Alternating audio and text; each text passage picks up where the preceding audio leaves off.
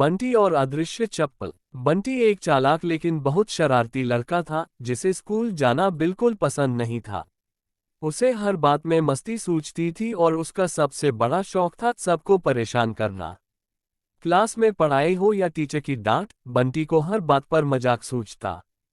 उसकी मम्मी हर सुबह उसे उठाकर स्कूल भेजती, लेकिन बंटी की आदत थी कि वो स्कूल जाकर कोई ना कोई शरारत जरूर करता। एक दिन जब वह स्कूल जाते समय गली के कोने में बैठा आराम कर रहा था, उसे एक पुरानी दुकान दिखी जिस पर लिखा था जादुई सामान सब कुछ मिलेगा। बंटी को शरारत की बू आई और वह दुकान में चला गया। अंदर एक अजीब सा बूढ़ा बाबा बैठा था जिसने उसे गौर से देखा और कहा, तू बहुत शरारती लगता है। ये लो, ये चप्पल ले जा, लेकिन ध्यान रहे इसका सही इस्तेमाल करना। बंटी ने देखा कि वो चप्पल बहुत साधारण दिख रही थी, लेकिन जैसे ही उसने उसे पहनकर कदम बढ़ाया, चप्पल गायब हो गई। बाबा मुस्कुराया, ये अदृश्य चप्पल है, जो इसे पहनेगा उसके कदम कोई नहीं देख पाएगा। बंटी की आंखों में शरारत की चमक आ गई। अगले दिन स्कूल में बंटी ने चप्पल पहनकर अपनी शरारतें शुरू कर दी। वह क्लास में चुपचाप चलता और बच्चों के बैग से पेंसिल गिरा देता, किसी की सीट खींच देता, यहाँ तक कि टीचर के पीछे जाकर उनकी कुर्सी खिसका देता। सब हैरान थे कि ये हो क्या रहा है। बंटी के मुंह से हंसी नहीं रुक रही थी। वो समझ चुका था कि उसकी अदृश्य चप्पल से वो कोई भी मस्ती कर सकता है और कोई पकड़ नहीं सकता।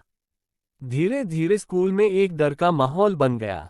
बच्चे सहमे सहमे रहने लगे और टीचर्स परेशान हो गए। प्रिंसिपल ने कहा, लगता है स्कूल में कोई भूत आ गया है। बंटी को और मजा आने लगा।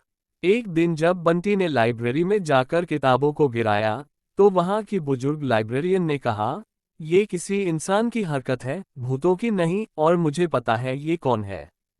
बंटी डर गया। उसने सोचा कि अगर उसकी पोल खुल गई तो सबके सामने बहुत शर्मिंदगी होगी। लेकिन उसका मन नहीं भरा था। उसी शाम उसने अपने सबसे अच्छे दोस्त मोंटी को बुलाया और उसे सारी बात बताई। मोंटी ने हंसते हुए कहा, तू तो हीरो है। चल कल प्रिंसिपल के केबिन में मस्ती करते हैं।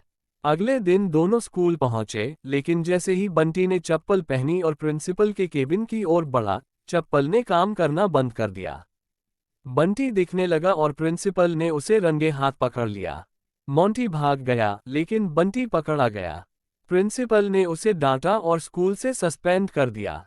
बंटी ने घर आकर देखा तो चप्पल भी अब सामान्य हो चुकी थी। न उसमें कोई चमक थी, न जादू। वो बाबा की दुकान पर भागा, लेकिन वहां अब कोई दुकान नहीं थी, सिर्फ एक खाली मैदान था। बंटी समझ गया कि ये कोई इम्तिहान था जिसे उसने फेल कर दिया। उसने पहली बार अपने किए पर पछतावा किया।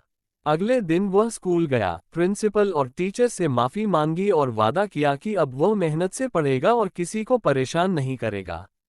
धीरे धीरे बंटी बदलने लगा। अब वो मस्ती जरूर करता था, लेकिन सही समय पर और सही तरीके से। बच्चे अब उससे डरते नहीं, बल्कि उसे पसंद करने लगे। वो सबका मददगार बन गया और स्कूल का सबसे होशियार लड़का भी।